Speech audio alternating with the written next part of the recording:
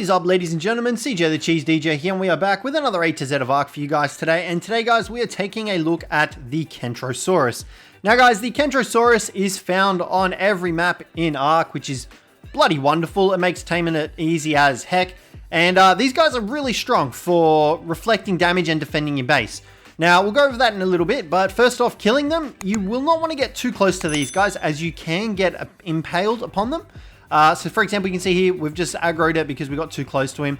And if they are in a pack, which you'll generally find them in a pack located around the map, they can impale you on their tail spikes. I'm just trying to get one of these guys to impale us, but they don't seem too keen on doing it. Guys, trying to do a video here. Swing your tails for me. Doesn't look like it's working. Nonetheless, they will break through your armor. They will apply a bleeding attack to you. So you generally want to keep some range to these guys. So if you are planning on trying to kill them, make sure you bring along a shotgun or a crossbow with some stone arrows or a long neck rifle with simple bullets. That'll enable you to kill these guys from a safe distance.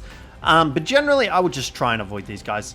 They're not really going to pose too much of a threat to you if you just leave them alone. However, if you do go up to them and you need to kill them off, then ranged weaponry is obviously your option. But if they are close to you, let's just try something here. If we turn that off.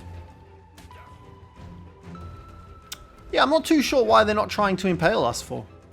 They're just kind of just using that biting attack. I'm trying to stand behind them so that they impale us to show you guys the impalement, but it doesn't look like it wants to work. Nonetheless, that's essentially how you kill them. Now, in order to tame these guys up, pretty easy. Now, like I was saying, they are a standard knockout tame. So in order to tame them, all you need are some tranks. They have relatively low torpor, so you shouldn't really need to worry too much about their torpor, and you can use a boomerang and trank arrows to knock them out.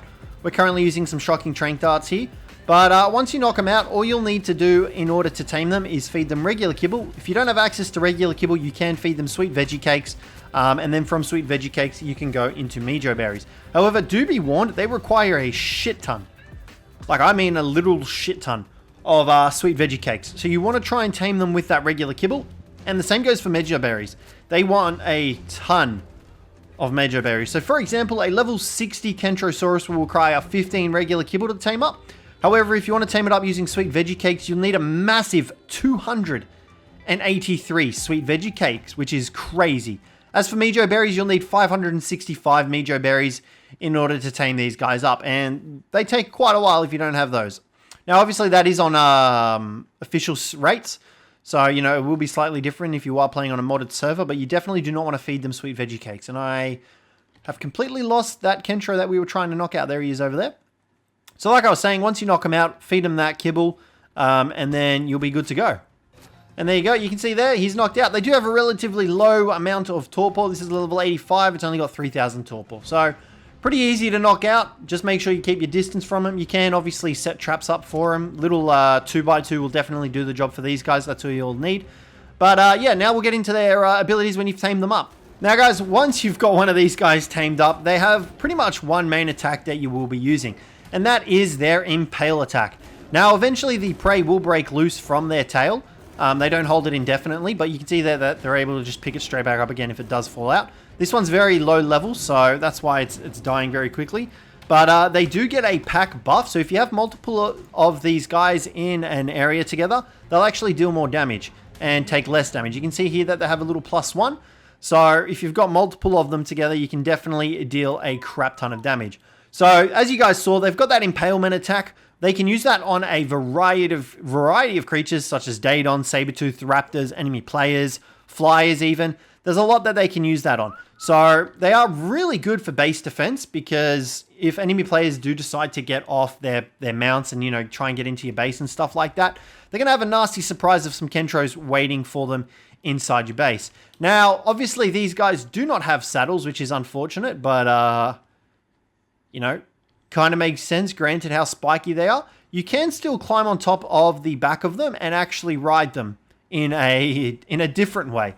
So give me one sec. I'm just trying to find a little bit of a vantage point here here we go, this will do. A little bit of a high point to get up and get on the back of them. So you can actually crouch on the back of the Kentros, and what you can do is you can actually get them to move when you whistle.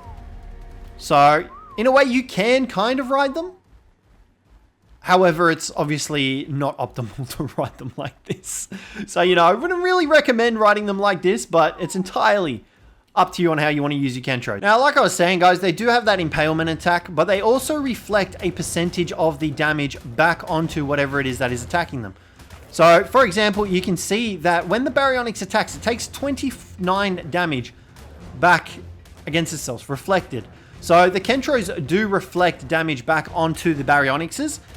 They reflect damage onto anything that attacks them. So, for example, we've got a 150 Kentro here, and he's a big boy. He's a big, beefy boy, and he reflects 29 damage back. So it's based off the dino's health that's attacking them. That's how much damage they'll take back. For example, if we buff melee damage here, the Baryonyx won't take any enhanced damage, but if you do go down this route and you want to reflect damage onto whatever it is that is attacking you, you will want to pump up HP on these guys. That'll make them survive more. It'll make them deal more bleed back. But for example, what we'll do now is we'll get a big boy Rex in, and you guys will see just how much damage gets reflected. This is a 140. This is going to be a good fight. Just how much damage gets reflected back onto the Rex. So if we whistle here, you can see it's hitting for 128, but the Rex is taking 30 damage back in return. Every bite that it deals against the Kentro, it will take extra damage back against it. I actually think it's taking a little bit more damage. We just can't see it with the damage numbers from the Rex. I think it looks like an 82 to me. I'm definitely going to say that that's an 82 being reflected back onto the Rex. So based on how much health the enemy dino that's attacking your Kentro has, that's how much damage it'll take reflected back onto it. So, you know, these guys are great for dealing with Gigas and stuff like that, because Gigas have so much health that these guys can make them enrage. And obviously, if you've got a bunch of these guys together in a group, you're going to be having a bloody bleed fest with them, because they just deal so much damage reflected back and reflected together. So you want to make sure that if you do tame these guys up, you've got a pack of them, and they are all attacking the same target, because they can really dish out a lot of damage together. But like I said, definitely try and use them for some base defense inside your bases or outside your walls and stuff like that, having them on Wander and everything. But yeah, guys, that's pretty much it for the Kentrosaurus. They're really easy tames to get. You need to have that kibble for them. Other than that, they're very simple to get. So guys, hopefully you enjoyed the video today. If you did, don't forget to leave a like, subscribe down below for more. But other than that, I'll catch you in the next one.